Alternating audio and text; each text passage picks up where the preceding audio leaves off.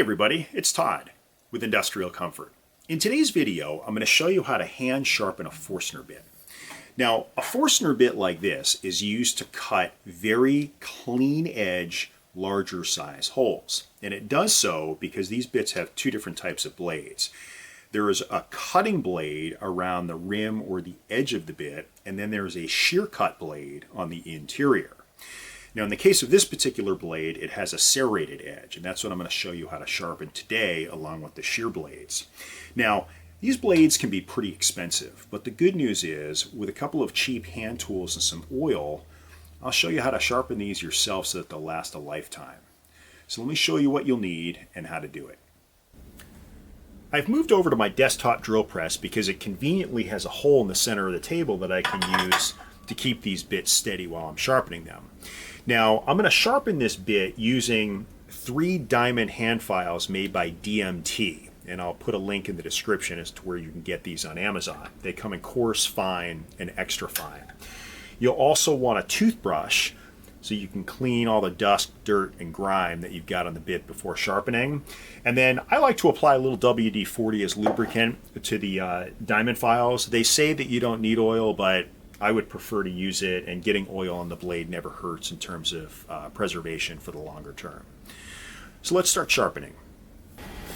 Okay, I'm going to put the bit through the table, and I love using this desktop table because it gives me a nice flat surface that I can rest the bit against, and I can also grasp it from underneath. That way I can not only keep it stable, but also rotate it as I'm cleaning and sharpening. So the first thing I'm going to do is clean it with this toothbrush to get off any dirt and debris. The next thing we're going to do is sharpen it using the coarse file. Now, some people prefer to file the tops of the blades.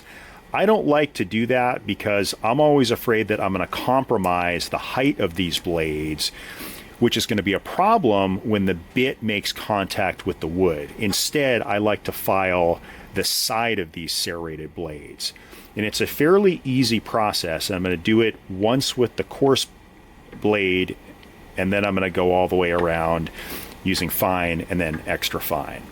Now, all you need to do is match the angle of the file with the angle of the blade.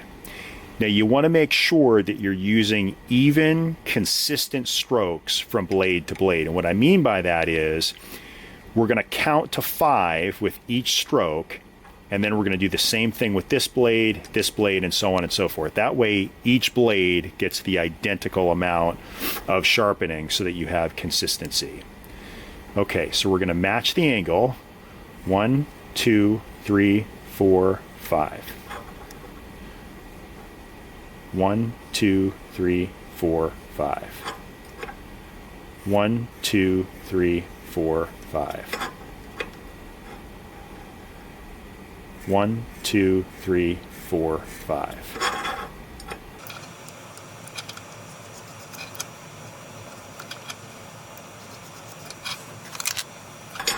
We'll move on to the fine.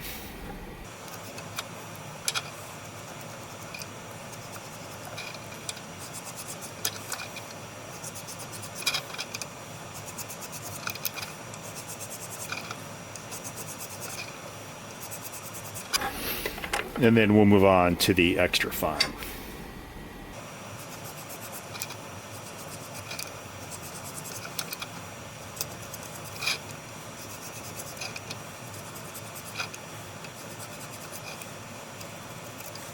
Okay, now I'm going to move on to cleaning the shearing blades, and I'm going to remove it from the table because I like to hold the blade or the bit by hand while I'm using the file. Now, there's a difference of opinion when it comes to sharpening the shear blades.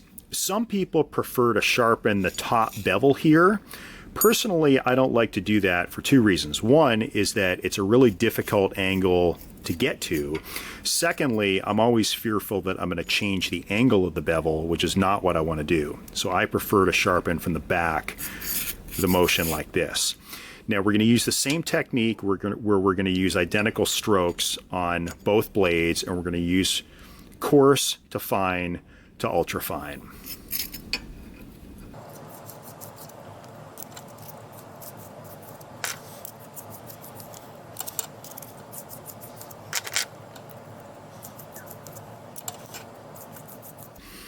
And that's it. Now, some people may ask, how come you're not sharpening the center spur? Well, the center spur doesn't really do anything. It's meant to simply center. It doesn't actually cut. Now, if you prefer to sharpen it, by all means go ahead, but I don't really find that it's necessary. Now, the other thing I would mention is, and I'm not sure if you can see this in the video, but there's a slight degree of discoloration where the serrations meet the core of the blade. Now, this is because I was spinning it too quickly. These blades are not meant to spin at high speed. I think maximum you should probably be using is about 400 RPMs. So when you get discoloration like this, it means it's heating up too quickly, which is going to lead to the blade dulling more easily. So you just want to take care when you're using these blades not to overheat them. As you can see, this is a really easy process that elongates the life of these drill bits.